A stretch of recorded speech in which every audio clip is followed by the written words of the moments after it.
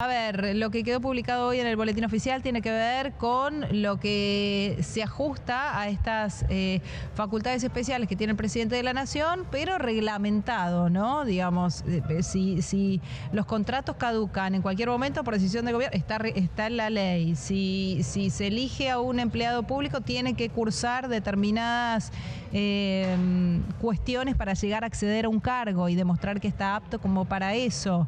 Del mismo modo, la lista de las empresas privatizables. Bien, venimos siguiendo esta película desde el día 1, ¿no? En este canal. Sí. Venimos hablando desde cuando esto se convirtió en proyecto, cuando era un neonato, hasta ahora que se reglamenta. O sea, todo proyecto de ley tiene sus momentos. El momento más importante, si se quiere, es el de la reglamentación, porque es cómo nos afecta en nuestra vida cotidiana. El artículo número 1 de la Ley de Bases y Puntos de Partida declaraba la emergencia económica, administrativa, financiera, y esto es lo que se está aplicando. El reglamento, en este caso, habla de 3 elementos. Hasta ahora no habla del RIGI o del RIGI. Habla en este caso particular de 3 elementos. Uno que tiene que ver con las privatizaciones, un segundo que tiene que ver con el empleo público y un tercero que tiene que ver con cuestiones administrativas estatales. Recuerden que el concepto básico esto es de achicamiento estatal porque hay superposición de algunas tareas. Punto número 1 entonces, privatizaciones. La privatización tiene 2 sentidos: achicamiento del Estado y eficiencia del Estado, por lo menos lo que conceptualmente el gobierno está diciendo, ¿no? ¿Qué es lo que quedó adentro de esas negociaciones del proceso privatizador? Recordá, Nuria, que se hablaba de YPF, se hablaba de un montón de superempresas. Hasta ahora, o se hablaba, por ejemplo, de la radiodifusión estatal. Hasta ahora eso no ha entrado, por lo menos en esta reglamentación. Esta reglamentación aparece Intercargos, aparece AISA, Belgrano Cargas, corredores viables, algunos elementos de yacimientos carboníferos de Río Turbio, pero la idea es que va a empezar un proceso de privatización y tiene también la metodología. Va a necesitar de un informe a una bicameral del Congreso, en donde en ese informe tienen que estar las alternativas, por qué se privatiza, cuáles son las condiciones. Con lo cual, punto número 1, entonces tenemos las privatizaciones. Punto número 2, algo que adelantaste vos, que tiene que ver con el empleo público. ¿Qué es lo que considera el gobierno? Que hay superposición de tareas del ministerio, subsecretarías, secretarías y direcciones, que hay como órganos administrativos que hacen exactamente lo mismo, y por supuesto que hay superpoblación en el empleo público. Entonces está hablando de básicamente 2 cosas: vía de ingreso y vía de egreso. ¿Qué es la vía de ingreso? Bueno, esto que se le exige un examen de ingreso con una idoneidad específica para ingresar al Estado. Sabemos que hasta el momento la vía de ingreso al Estado es, bueno, más por relaciones políticas o por amiguismo que algún tipo de entidad así estructural, que salvo algunos que hay concursos de antecedentes de oposición. Y la vía de egreso, estamos hablando de los empleados públicos. Se crea por reglamento el Registro Nacional de Personas en Situación de Disponibilidad. ¿Qué significa esto? De todo el achicamiento, es decir, el gobierno está pensando en un despido masivo de casi 20.000 empleados públicos que a su consideración no cumplen un verdadero rol y que en algunos casos tiene razón, en otros no. Por eso hay que aplicar sintonía muy fina al respecto. Y entonces, por ejemplo, los que tienen hasta 15 años de antigüedad se le va a abonar una indemnización de 6 meses, los que tienen de 15 a 30, 9 meses, los que tienen más de 30, 12 meses, y exime de los despidos a embarazadas, a alguien que ha tenido accidentes, etcétera, etcétera. Y el tercer elemento, y con esto cierro esta primera parte, es el proceso administrativo. ¿Qué significa esto? Que el decreto introduce algunos elementos de trámites de recursos del Estado que estaba designado allí en la ley, y que lo que va a hacer es, y este es uno de los puntos centrales, una verdadera reforma del Estado, ¿no? Por eso algunos hablaban que la ley de bases está asociada casi a una reforma constitucional o por lo menos a una reforma del Estado.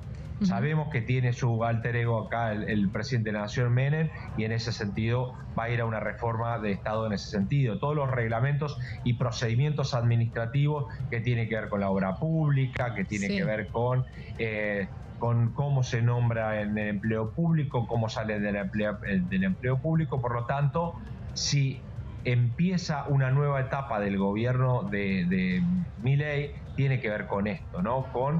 Y la gran pregunta es hasta dónde va a poder avanzar, porque no es tan fácil. Por ejemplo, solo una muestra de botón. Quieren eliminar por la gran mayoría de registros de automotor. Bien, gran parte de los registros de automotor tienen impuestos provinciales y tienen reglamentaciones provinciales. Por lo tanto, no le va a resultar muy fácil. Cada elemento administrativo, de asuntos administrativos que hace de cada uno de los estados, está trasvasado por varias reglamentaciones, por varios decretos, por varias leyes. Entonces, ¿hasta cuándo va a poder avanzar? Bueno, el Congreso en principio le dio una carta en blanco, un cheque en blanco.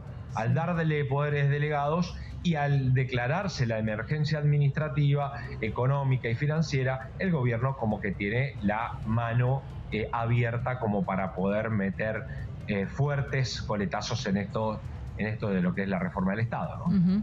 ¿Qué es lo que viene ahora? Digo, se reglamenta esto como una primera parte de lo que se aprobó. ¿Cuál crees que va a ser el próximo paso en lo que es la reglamentación? Que ya está reglamentado significa que está en práctica ya a partir de hoy, porque ya se sabe cómo. Hoy el mismo reglamento significa la ley hoy empieza. O sea, hoy ya hay empresas que pueden empezar a preparar sus informes para presentar y calificar si consideran o aplicar para lo que es la calificación previa a una privatización. Sin ninguna duda. Y hoy puede empezar a llegar las cartas en las casas de empleados estatales donde dice prescindimos de su disponibilidad. Sí. Bueno, eso va a empezar a partir de ahora. Claro. Este segundo elemento ha empezado. Algunos lugares, recordarás que ha tenido alguna conflictividad. Por supuesto que va a tener una conflictividad esto por parte de ATEBUS, básicamente, y de UPCN. Es decir, los sindicatos seguramente van a estar oponiéndose a estas medidas porque lo que está hablando es de un achicamiento del Estado. Un achicamiento del Estado, entre otras cosas, significa menos empleados estatales. Claro. Es decir, la reglamentación es lo que produce es hoy un efecto directo. Todavía te comentaba, no está incluido el RIGI, pero se supone que entre el jueves y el viernes va a estar la reglamentación de eso. Pero ¿qué es lo que va a suceder ahora? El gobierno va a tener que tener una sintonía y un bisturí muy fino. ¿Por qué digo esto?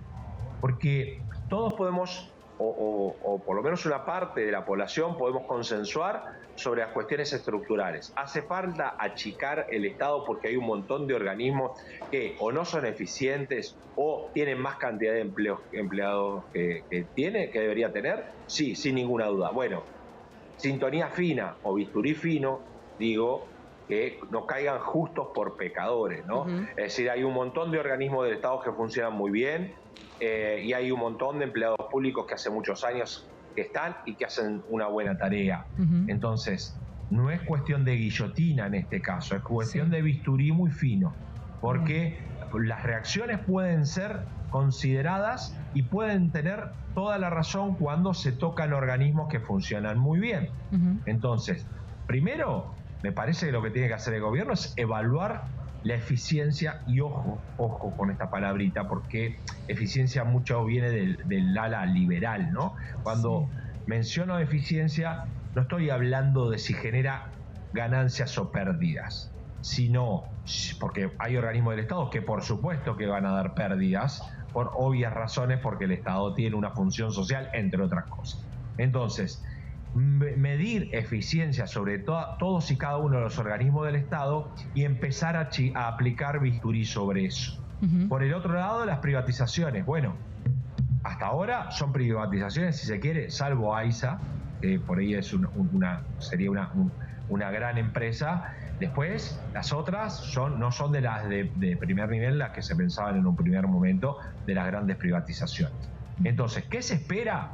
Punto número 1, que el gobierno sea muy serio a la hora de aplicar esto, porque en el medio se queda un montón de gente sin trabajo y estamos hablando de nada más y de nada menos de uno de los puntos y talones de Aquiles de cualquier gobierno, que es la obra pública. Sí. Entonces, ser muy serio y muy cuidadoso en eso. ¿Qué otra cosa esperamos? Sí, la obra pública, perdóname, y voy a decir otra cosa, el empleo negro también, ¿no?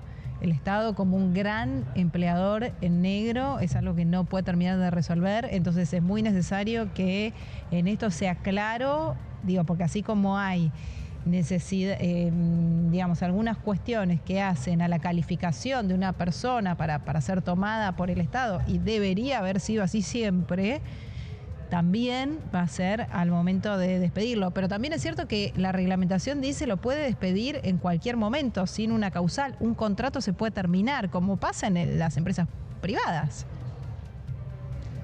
Sí, por eso digo, Nuria, vos sabés perfectamente que cada gobierno que se va, deja decenas de miles de empleados nuevos. Sí. Entonces, eso ha generado una gran caja negra del Estado, que nadie ha podido poner mano en serio al respecto. Lo que vos decís también es central. Es una paradoja que el gobierno, que exige a los privados y que todo el tiempo está haciendo regulaciones para que no haya empleo en negro, tengas adentro del Estado empleados contratados de hace más de 15 años, que estén en regímenes, por ejemplo, que sean monotributistas, pero que en realidad son trabajadores del Estado. Es decir, un montón de inconvenientes e irregularidades que el Estado ha generado a través de los años y de las décadas. Por eso es que el gobierno tiene que ser muy serio, porque la motosierra sirvió para la campaña electoral, pero no sirve para achicamiento del Estado, donde hay que ser muy meticuloso.